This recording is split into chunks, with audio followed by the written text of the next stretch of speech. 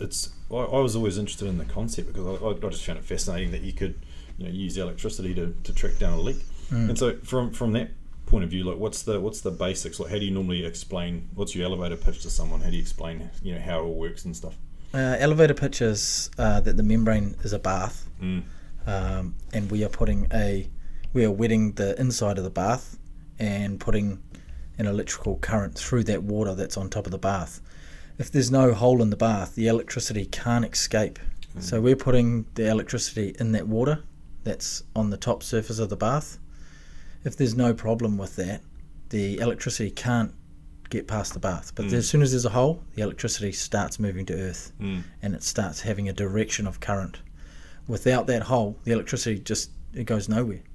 So we know really quickly, hey, this seems really good. And then if we're getting a lot of movement, we know, okay, we've got breaches in this area. Yeah. And so you you flood we'll call it the bath, and I think the best way to think of it probably is like a typical balcony that we have, and there's thousands of them in Auckland.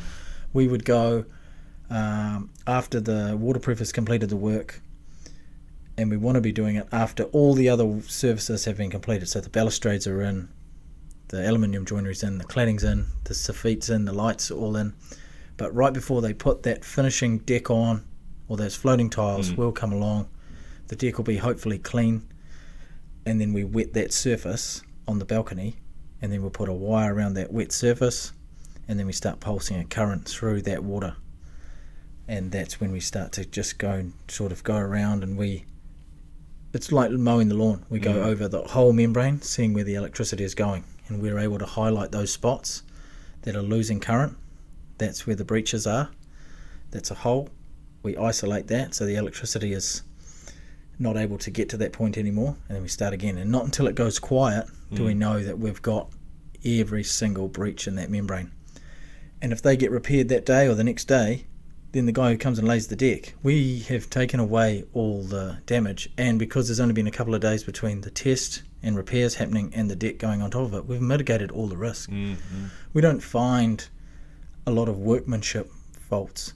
Like the waterproofers are really good. Like these guys, they do it day in, day out. It's not an easy job. You wouldn't be doing this job if you wanted an easy job. And we don't find a lot of workmanship faults. What we find is construction phase damage. So like in the slab itself? No. From everybody working on it afterwards. Right. So really main contractors should be the sign-off of.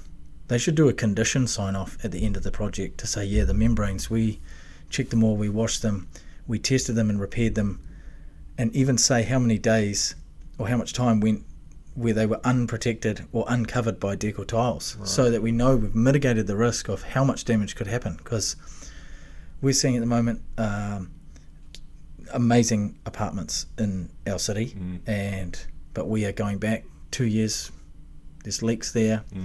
One of the apartments was upwards of $10 million. We pulled back a third of her deck to find 28 slices in the membrane. And the main contractor was like, we flood tested it. But they flood tested it the day the waterproofing was finished. So the waterproof was able to walk away. And that's fine. He should be able to. He's done a good job.